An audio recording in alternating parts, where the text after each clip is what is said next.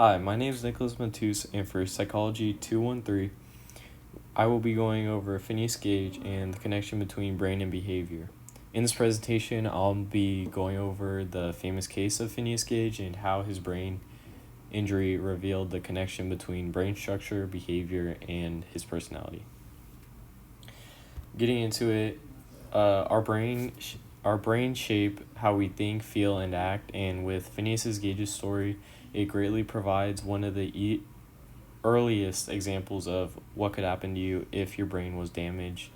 In certain regions, it could cause different effects, but in this certain case, with Phineas Gage, it shows that there can be altercations with your personality and behavior.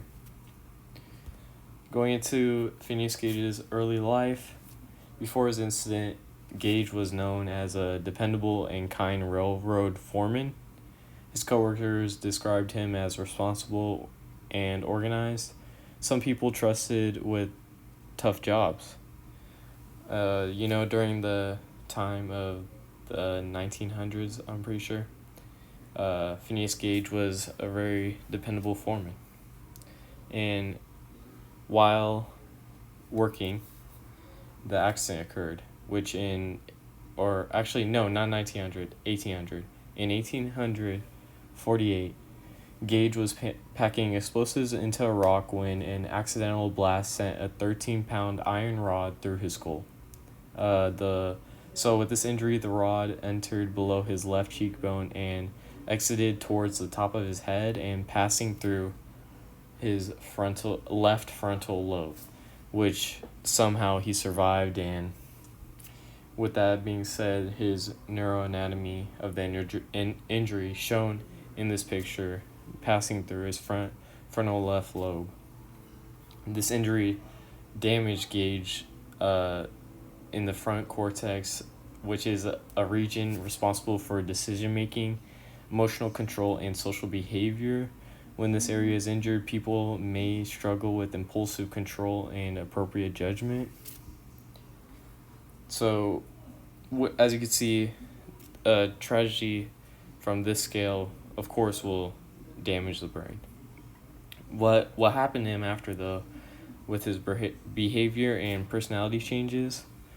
Gage's friends said he was no longer Gage, and he became impatient, rude, and unreliable. These drastic personalities changed, and over time he lost control over his emotions and social behavior, which, as you can see, this accident was a big change for Gage in his life, and he, of course, couldn't control what happened to him.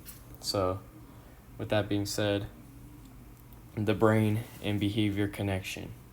So with the brain and behavior connection, Gage's case helped the scientists understand that mental functions are tied to specific brain functions, such as the frontal lobe plays a major role in personality, and also things like your morality and reasoning, which was a proving point that changes in the brain, and we can even question, or it can even alter our brain thinking, who are we even after such an injury? With the injury, we can think of an alternate scenario, such as imagining if the rod had passed through the right temporal lobe instead of the frontal lobe. With the temporal lobe, it helps with memory and recognizing faces, so the results would have been very different, as in such a scenario that could, instead, maybe he wouldn't even survive, but since we do have the scenario of what actually happened, he survived, and we did learn.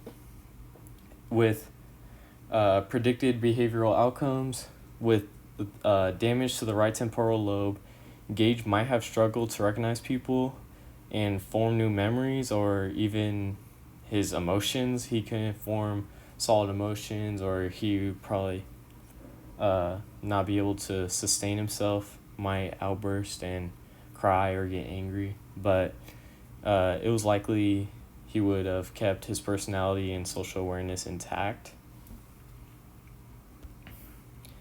Wrapping it up, Phineas Gage's story shows how brain structure and function are linked to behavior and personality. His accident was a huge uproar and helped launch modern neuroscience and continues to teach us how the brain defines who we are. Thank you for listening to my presentation, and here are my sources.